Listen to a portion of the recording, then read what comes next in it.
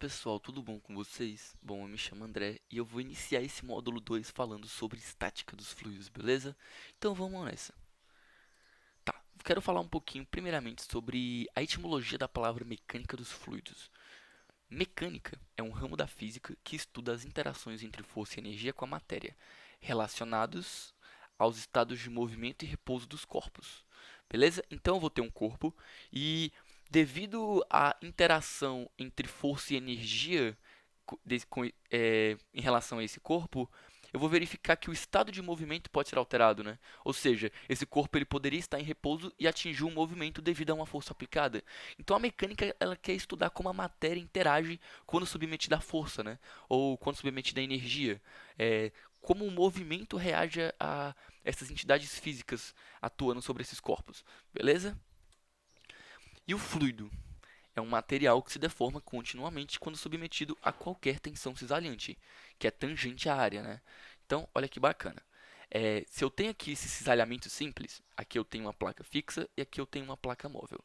Quando eu começo a movimentar a placa móvel, eu vou verificar o que? Eu vou verificar uma difusão de quantidade de movimento, de modo que todo o fluido, após algum determinado intervalo de tempo, vai estar se movimentando junto com a placa, com esse movimento convectivo na direção da placa, né? E independente da tensão cisalhante que eu coloque para esse fluido ser submetido, ele vai se deformar continuamente e não vai parar de se deformar enquanto essa tensão estiver existindo, diferentemente de um sólido. Em um sólido, quando submetido a um cisalhamento, ele se deforma até atingir uma condição de equilíbrio. E caso essa condição de equilíbrio não seja atingida, ele vai sofrer uma fratura e vai quebrar. Pronto, perdeu o sólido, né? E o líquido não, ou o fluido não, né? O fluido ele se deforma continuamente quando essa tensão estiver sendo aplicada em relação ao fluido. Beleza? Então, nós queremos estudar a mecânica dos fluidos, ou seja, como o fluido, que é esse material que apresenta essa propriedade de se deformar continuamente quando submetido a uma tensão cisalhante, como ele interage e como o estado de movimento dele é modificado quando submetido a interações entre força e energia. Beleza? Tá. E eu posso dividir a mecânica dos fluidos em duas grandes áreas com respeito ao movimento dos corpos, a estática e a dinâmica. A estática está relacionada ao estado de repouso dos corpos e a dinâmica está relacionada ao estado de e a dinâmica está relacionada ao estado de movimento desse corpo, beleza? Vamos então definir pressão. Pressão é um conceito elementar e fundamental em engenharia. Podemos enxergar a pressão como resultado de uma força normal compressiva atuando sobre uma área. Ou, de uma maneira mais filosófica, é uma média estatística da frequência colisional molecular de um meio em relação a um ponto de medição. Então, olha que bacana, né? É, Quando eu pego um corpo e coloco os tensores que estão atuando sobre aquele corpo, eu vou verificar que em cada face daquele corpo existe uma força normal compressiva atuando sobre uma área. E essa força normal compressiva vai gerar um tensor normal. E esse tensor normal nós chamamos de pressão, né? Então, pressão é um tipo de tensão que está atuando sobre a superfície de um corpo. Isso é uma definição bem de engenharia. Mas, de uma vista mais molecular, é a média estatística da frequência de colisão das moléculas em relação a um ponto de medição, né? Então nós vamos definir pressão em relação a um ponto. Logo, quando falarmos de pressão, estamos falando de um campo de pressão em um meio contínuo, onde em cada ponto eu posso definir uma pressão que é resultado da média da colisão daquelas moléculas em relação àquele ponto. Que bacana, né? Então eu vou ter o quê? Que pressão vai ser o limite dessa força normal sobre a área quando a área tende a zero. Por que a área está tendendo a zero? Porque eu quero trabalhar com um ponto, eu quero definir um campo de pressão. Então vamos imaginar que eu tenho essa área e sobre essa área está atuando uma força, na qual eu posso dividir em duas componentes, uma componente normal e uma componente tangencial. A componente normal está relacionada à pressão e a componente tangencial está relacionada à tensão cisalhante ou à tensão de cisalhamento. E aqui eu vou ter essa área ΔA, né? Aí quando eu mando essa área ΔA tender a zero, eu vou estar definindo a pressão em um determinado ponto característico do meu campo de pressão, beleza? Aí eu tenho várias unidades diferentes que eu posso trabalhar com pressão, atmosfera, no SI é Newton por metro quadrado ou Pascal, milímetro de mercúrio é muito comum em química, libra por polegada quadrada ou psi é a unidade imperial e diversas outras unidades. Mas agora eu quero falar sobre escalas de pressão, que é muito comum, particularmente em mecânica dos fluidos, beleza? Então, eu vou definir a pressão absoluta, que é aquela pressão termodinâmica clássica, né? Que diz que a pressão é zero quando a temperatura for 0 Kelvin. Então, eu vou dizer que aqui a minha temperatura é 0 Kelvin e eu vou ter uma pressão igual a zero. Tranquilo? E aqui eu tenho a pressão atmosférica da região em que eu estou. Tranquilo? Daí, se a minha pressão absoluta ela for maior que a pressão atmosférica, eu vou definir a escala de pressão manométrica. Repetindo, se a minha pressão absoluta ela for maior que a pressão atmosférica, eu vou definir a pressão manométrica como sendo a diferença entre a pressão absoluta e a pressão atmosférica. Logo, essa vai ser a minha pressão manométrica. Quando, por exemplo, estamos trabalhando com a pressão dentro de um pneu de um carro, o manômetro do posto ele vai estar indicando a pressão manométrica, que é a diferença entre a pressão absoluta e a pressão atmosférica. Pô, então quer dizer que quando você está medindo a pressão dentro do pneu, você está descontando a pressão atmosférica de fora? Perfeito. Você está descontando a pressão atmosférica de fora. Por quê? Porque é legal trabalhar assim, beleza? É muito comum. Você desconsidera a pressão do meio externo, que é a pressão atmosférica, e considera somente a pressão descontada dentro do pneu, né? A pressão manométrica. E quando a minha pressão absoluta é menor que a pressão atmosférica, eu vou definir a pressão de vácuo, onde a pressão de vácuo vai ser a pressão atmosférica menos a pressão absoluta. Dessa maneira, as duas pressões que eu defini são pressões positivas, né? Beleza? Algumas literaturas nem consideram essa tal de pressão de vácuo. Algumas literaturas consideram apenas pressão manométrica e considera que quando a pressão for negativa é porque a pressão está abaixo da pressão atmosférica. Muitas literaturas trabalham assim, nem coloca pressão de vácuo, trabalha apenas com pressão manométrica e caso a pressão seja negativa, ou seja, está abaixo da pressão atmosférica, eu vou dizer que a pressão manométrica é negativa. Né? Nessa definição que eu utilizei, eu só estou definindo pressões positivas. Pressão manométrica é acima da pressão atmosférica e pressão de vácuo é abaixo da pressão atmosférica. Beleza? Agora vamos falar disso daqui que é muito importante, que é o princípio de Pascal, que nos dá a pressão em um ponto. Bom, eu já falei que a gente define um campo de pressão, né? E em cada ponto eu vou ter um único valor de pressão. Vamos mostrar que de fato é assim, beleza? Então, eu vou pegar esse elemento, eu poderia ter pegado um elemento cúbico, que facilitaria a nossa vida, mas eu quero mostrar que, bom, independente da geometria que eu pego, o resultado é o mesmo, beleza? Então eu vou considerar que eu tenho um fluido, e esse fluido está em repouso, né? E aqui eu tenho um campo gravitacional que vai estar atuando sobre esse fluido, beleza? Aí aqui eu vou ter esse eixo y e essa aresta tem um comprimento ΔY. Aqui eu vou ter que essa aresta, que é a hipotenusa do triângulo, tem esse comprimento L. E esse outro comprimento vale ΔZ. E o meu fluido ele tem uma massa específica ρ, beleza? Aí nós definimos pressão como sendo o resultado de uma força normal compressiva. Pois bem, vamos então obter as pressões, né? E claro, como esse fluido está em repouso, não existe tensão de cisalhamento, porque ele está em repouso. Então existe apenas tensões normais atuando sobre esse fluido. Então essas forças que eu coloquei está completamente de acordo, né? Beleza? Tá. Então aqui eu tenho F1, F2 e F3. Não posso, mas eu também não posso esquecer que esse meu fluido ele está em um local em que existe um campo gravitacional, beleza? Tá. Aí eu vou considerar que aqui eu tenho esse ângulo θ e esse ângulo θ é o mesmo daqui, de maneira que eu posso decompor F3 em uma F3 em x e uma F3 em y, beleza? Então vamos fazer a conservação de forças. A somatória de forças em x vai ser F1 menos F3 seno θ. Beleza? Vamos voltar aqui e conferir. Realmente é assim, né?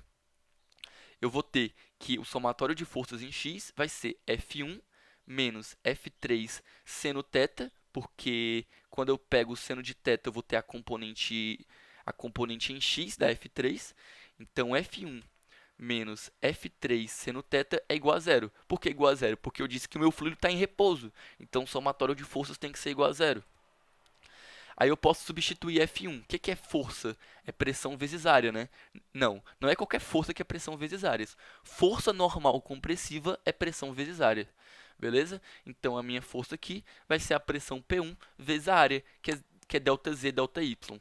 E a minha pressão aqui, e a minha força F3 vai ser a pressão 3, que multiplica delta Z vezes L. Tranquilo? Aí, se eu divido por ΔZ dos dois lados e eu posso verificar que L seno θ é ΔY, eu vou verificar que P1 é igual a P3. Tranquilo? Então, o primeiro resultado que nós vamos obter é que a pressão 1 é igual à pressão 3. Agora, eu quero fazer o somatório de forças no eixo Y. Para fazer o somatório de forças no eixo Y, eu vou verificar que aqui eu vou ter F2, aqui eu vou ter menos, né? Aqui eu vou ter menos F3y menos a força que está, a gravidade que está atuando nesse elemento. Então, beleza. Fazendo isso, eu vou ter F2 menos F3 em y menos a força da gravidade que está atuando sobre esse elemento. Beleza? Então aqui eu vou ter que F2 é a pressão P2 ΔZ ΔX. Eu vou até escrever melhor aqui. Então aqui eu tenho F2. Aqui eu tenho F3, né? Em Y. Menos a força de gravidade. Vou dizer que é G. Isso aqui tem que ser igual a zero. Aí, F2 é igual a P2 ΔZ ΔX. Basta conferir lá na imagem, né? Então aqui eu tenho a força F2, ela está atuando na face ΔX ΔZ, né? Ela está atuando na face ΔX ΔZ. Aí aqui eu tenho a minha força F3 em Y, que eu posso dizer que é pressão vezes área. Então vai ser P3L ΔZ. E eu posso conferir que de fato é isso, né? Cosseno θ menos a gravidade. E o que é a gravidade? É massa vezes volume. O que é massa? É ρ. Não, a gravidade é a massa vezes a aceleração, né? E o que é massa? É massa específica vezes volume. E o volume daquele nosso sólido é ΔX, ΔY, ΔZ dividido por 2. Tranquilo? Aí, se eu divido por ΔZ, ΔX dos dois lados e verifico que L cosseno θ é ΔX, eu vou verificar o quê? Que P2 é igual a P3 mais ρ ΔYG sobre 2. Agora, eu vou fazer o seguinte. Como eu estou dizendo que eu quero trabalhar com a pressão em um ponto, eu vou dizer que o volume do meu elemento é zero. Então, eu vou fazer ΔX, ΔY, ΔZ tender a zero. Então, tirando o limite dos dois lados com ΔY tendendo a zero, vou verificar então que como ΔY está tendendo a zero, isso aqui vai dar zero. O que sobra é que P2 é igual a P3. Mas eu já havia verificado que P1 é igual a P3, né? Então, P1 é igual a P2, que é igual a P3. Ou seja, em um ponto, eu não vou ter três valores de pressão, eu vou ter um único valor de pressão. A pressão em um ponto de um fluido em equilíbrio tem a mesma intensidade em todas as direções. Então, olha que bonito, né? Se eu tenho um fluido em repouso, eu vou ter então, como a minha mecânica dos fluidos é baseada na hipótese do contínuo, eu vou ter uma distribuição de pressão de tal modo que em cada ponto eu tenho um único valor de pressão. Por isso que a pressão estática é uma grandeza escalar e não vetorial. Que legal, né? Que legal. Chegamos no resultado que queríamos, que a pressão, que é o princípio de Pascal, a pressão em um ponto de um fluido em repouso é um escalar. Em todo ponto eu vou ter um único valor de pressão, ao invés de 3, né? Como poderíamos supor fazendo o balanço de força. Como aplicamos o equilíbrio de forças, chegamos no resultado, que em todos os pontos a pressão, em um mesmo ponto, né, a pressão tem um único valor. E agora eu quero obter a equação fundamental da hidrostática. Para tanto, eu vou fazer um balanço de forças em um elemento de volume de formato cúbico. Tá ok? Novamente, o que é pressão? Pressão é resultado de uma força normal compressiva. E como o meu fluido enfim, beleza. Aí eu vou te dizer o seguinte, que aqui na direção x eu vou ter essa força normal compressiva em x e após percorrer esse comprimento ΔX, eu vou ter essa pressão em x mais ΔX, né? Porque essa aresta vale ΔX. Aí eu vou ter uma pressão em y, e após percorrer esse comprimento, eu vou ter a minha pressão em y mais ΔY. E por fim, né, eu vou ter a mesma coisa em z. Eu vou ter aqui a minha pressão na face z, e após percorrer esse comprimento ΔZ, eu vou ter a minha pressão em z mais ΔZ. Tá ok? Note que todas as minhas pressões são normais compressivas, certo? Bem legal, né? Aí eu posso supor que esse meu corpo ele pode ter uma aceleração macroscópica dado por essa aceleração A. É como se esse corpo tivesse em movimento de corpo rígido. E vamos fazer o balanço de forças. Primeiramente, a gravidade. A gravidade vai ser a força peso, né? Vai ser menos ρ, ΔX, ΔY, ΔZ, G na menos J. Faz sentido? Faz sentido, né? Por quê? A minha gravidade está para baixo e meu eixo y está para cima. E o meu vetor unitário aqui é j, então vai ser menos j. E peso, né, é massa vezes aceleração. O que é massa? É ρ, ΔX, ΔY, ΔZ. E aqui eu vou ter as minhas forças de pressão. O que é força? É pressão vezes área, né? Então eu vou ter P de x menos P de x mais ΔX, e a face é ΔY, ΔZ. De fato, né? Aqui eu vou ter Px e aqui eu vou ter Px mais ΔX. Note que Px é positivo e P de x mais ΔX é negativo. E essa face é a face ΔZ, ΔY. Então, essa face é a ΔZ, ΔY. Então, a área é ΔZ, ΔY. Então, ΔZ, ΔY na direção I, né, que é a direção x, positivo para o x e negativo para o x mais ΔX. Fazendo a mesma coisa para o resto, eu vou chegar nessa expressão que representa as forças de pressão. Daí, aplicando a segunda lei de Newton, eu vou dizer que o somatório de forças vai ser a força peso mais as forças de pressão. E o que é o somatório de forças? Massa, que é ρ, ΔX, ΔY, ΔZ, vezes a aceleração, né? Que eu estou supondo que o meu corpo, esse meu elemento de fluido, ele pode ter um movimento de corpo rígido. Beleza.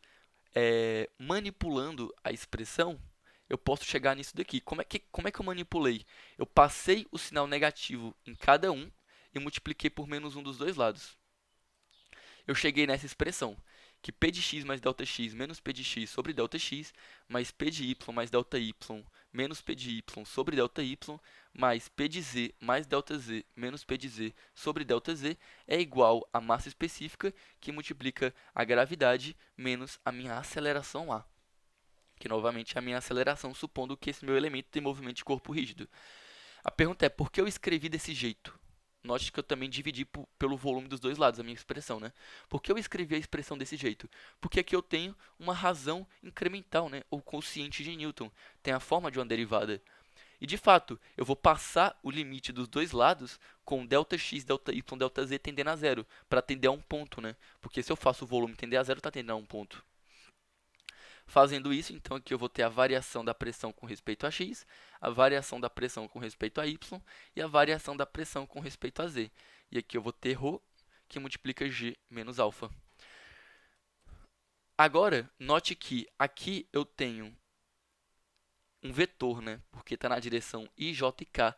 E esse vetor é o vetor das derivadas parciais. Nós chamamos de gradiente e ele é representado dessa forma com a notação aqui do operador nabla, né? E eu também vou considerar que o meu fluido está em repouso, ou seja, esse movimento de corpo rígido que eu supus não existe. Então eu vou ter que o gradiente de pressão é igual a ρg. Abrindo novamente o meu gradiente de pressão, é a derivada da pressão com respeito a x, mais a derivada da pressão com respeito a y, mais a derivada da pressão com respeito a z, que é igual a menos ρg na direção j. Por que menos, né? Porque, como eu defini, y e g estão em direções opostas, de modo que vai ser negativo, né? Beleza. Aí, o meu gradiente de pressão na direção x é zero. O meu gradiente de pressão na direção z também é zero. Eu vou ter gradiente de pressão apenas na direção y, que vai ser menos αg. Por quê? Novamente, é só olhar para cá, né? Ó, observe que aqui eu tenho i e não tenho i desse lado. Aqui eu tenho k e eu não tenho k desse lado. Aqui eu tenho j e aqui eu tenho j. Então, o meu resultado é que o gradiente de pressão é apenas na direção y, ou seja, em um fluido em repouso, a pressão só varia na direção do campo, né, de gravidade, ou seja, a única variável que faz com que a pressão possa variar é a gravidade. Beleza? Por isso que em uma piscina, o fundo da piscina ela tem uma pressão maior que a superfície por causa da gravidade. Então, considerando então que varia apenas com y, né? Então eu vou ter que dp dy igual a menos ρg. E se a massa específica é constante, isto é, um fluido incompressível, aí eu posso passar o dy para cá, né? Posso tirar a minha massa específica para fora, posso tirar o meu g para fora e integrar somente com respeito a y. Então eu vou integrar de uma pressão P0 até uma pressão PY e aqui de um y0 até um y. E vou obter o quê? Que PY menos P0 é igual a ρg y menos y0. E cheguei nessa expressão que é a equação fundamental da hidrostática. Então, essa é a equação fundamental da hidrostática, né? Então agora vamos observar um probleminha, tá ok? Então, aqui eu tenho a equação fundamental da hidrostática, né, que diz que a pressão com respeito a essa altura y é igual a pressão com respeito a uma altura de referência, né, com respeito ao y0, menos ρg y menos y0.